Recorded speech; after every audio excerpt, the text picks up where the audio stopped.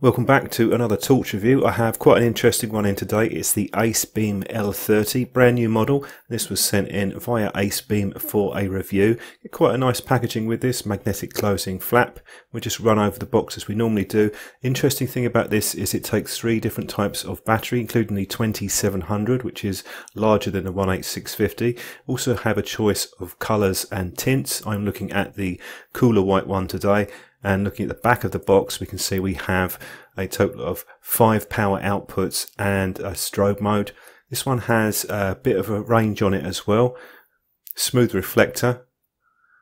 And we'll run through some of the features here. We're going to take a closer look at the included items. We have a spare tail cap switch and O-rings, 2 of them, as your warranty card, and there is a guide on lithium battery safety. Fairly common sense, and this appears to be gold plated micro USB cable. Nice touch. This is a premium torch, so we're expecting all the trimmings. Acebeam branded wrist strap with the low profile adjuster. This is the holster that's also included, and on the back we have the plastic D-ring, velcro fastener, as well as a belt loop. The inner section there is padded with neoprene, and it has a waterproof lining as well. You'll have to put the torch head up on this though, due to the fact the head's enlarged. Nice little holster, good quality as I would expect for the type of torch that this is.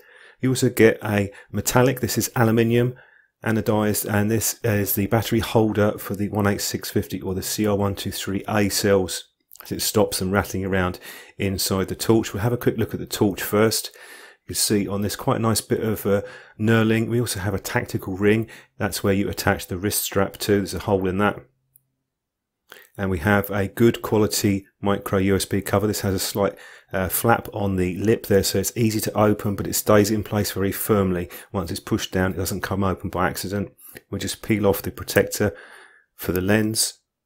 We've got a CREE XHP70.2 on this one. Smooth reflector. It's not the deepest though, so we're expecting a bit of a mixed beam on this, so we should get a bit of range and a bit of spread. Taking a closer look at the side switch now, you can see that's metallic and slightly recessed. So it sits just below the 2 indentations on the body. You can also unscrew the crenulated bezel. That bezel actually has a screw thread in it as well, so there's potential to fit filters in there. And this is the glass removing that. That's got a purple tint, so that means it's coated, as you would expect. Most of these premium torches have that. And a closer look at the LED and reflector. There is an O-ring there, so make sure when you tighten that back up that you screw it in firmly, because that's what gives it the water resistance around the lens area. Just unscrew the head. Everything's lubed up nicely on this, and you can see the contact points here. Build on this is top quality, I have to say, and I would expect that for the price. Take out the protector on the battery. This comes with the 2700 cell, and that's one of the first torches that I've seen with this. They're rating it to 4,250 milliamp hours, and that's the size of the battery. It's about 74 millimeters in length, so it's not going to fit most chargers. The unprotected ones will. It's the protection circuit that adds the extra length to the battery. So I can possibly see if this battery design takes off, then we're going to need to be getting new chargers, because it's really the protection circuit that adds that length to it. There might be a few out there that will fit it. Now you can see here the tactical ring. See the indentation there for the wrist strap. You can unscrew that. It screws and locks in place. I like that rather than flaps around. Quite a short clip on this, but it's strong. And I'm just showing you now with the adapter so that you can fit the 18650. That has the O-ring on it, so it stops it flapping around. You don't have to use it. It will work. The batteries will work without that adapter. It just it's much better in terms of not hearing the battery rattling. So I'm glad that they included it, and they didn't just put a piece of plastic in there. They put a decent quality one as well.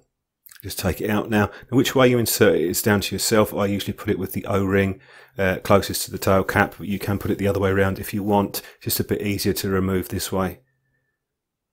Just put the cell in on its own. You can see there's a fair bit of movement. It's because the 2700 cell is got a bit more girth to it than the 18650.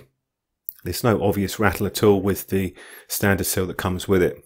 Now this is a size comparison, so if you're using the flat top cells, you'll need to use a magnetic spacer, even though you've springs. It just needs to get that extra length because they're shorter. Now the LGHG2 is a high drain cell, and that will be able to run it at turbo, as will other similar high drain cells. Now just putting a 3400 milliamp hour one in, and this is a protected cell, so once you hit the turbo, the protection circuit will kick in as you'd expect. Possibly might have changed that so that it didn't kick in, it adjusted its output. Anyway, onto the tail switch, turbo on and off, momentary on, and then the side switch. You'll note that with the tail switch that it's just controls that. Once you've turned that on, you can't actually use the side switch. Single press on off, a bit like the O light, and then push and hold to cycle through the main power levels. Double press to get into the turbo. Triple press takes you into the strobe mode. So fairly happy with the UI, just takes a little bit of getting used to with regards to the tail switch, depends what you prefer. That always takes priority over the side switch because the side switch is electronic, the tail switch is a mechanical switch. And to get into the Firefly, push and hold in only for about a second, and it takes you into that mode. And you hold it down longer, then that will take you into the lockout mode. You get a few flashes just to let you know it's in that mode, or if you deactivate the lockout. The tail switch does still work though once you've activated the lockout on that, so just bear that in mind. I personally might have changed the design slightly on the tail switch, but the crenulated bezel, if you put it down, you'll be able to see if you left the torch on. Unfortunately though, we can't base or tail stand it, and that's something that I might have tweaked myself. You can see here that the switch does stick out slightly. Now some people like that you can get to the switch easier, but I would like to be able to stand it up. I sometimes do that with a torch. I find it quite useful, so I would have added just a few extra millimeters on there just to give that additional functionality. That's my own personal view anyway. So overall fit and finish on this, very nice, as you would expect, and I would definitely expect. It's not a cheap torch, but it has quite a powerful output. I'm just comparing it to the Acebeam T4 Pro, which is a bit shorter, has a texture reflector and runs on a 26650. So the torch itself isn't really much larger than a 18650, slightly longer. And this is a quick shot of the user manual in case you want to go through that and have a look. The battery low level warning on this is just a series of flashes every couple of minutes, in case you're wondering on that side of things. Here's your warranty. You get a long warranty on this, Acebeam, 5 years. Water resistance test, didn't have any problems at all. And the charging test, I got over the 2 amps. And I had to do the battery capacity test via charging it, and that came in at 4108. It's probably not as reliable as the discharge test, but it took about 3 hours, so quite quick charging. Time for some beam shots now.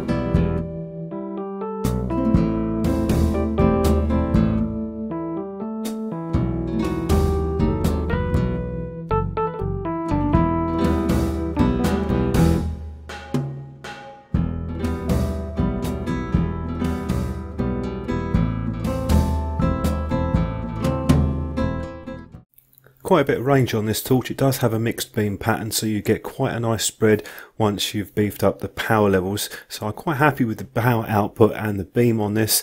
It's quite a good choice as a sort of all-rounder if you want a bit of range but you still want to light up quite a wide area in front of you. So onto the sort of pros and cons. Only really a few points for me. Negatives would be you can't base or tail stand the torch.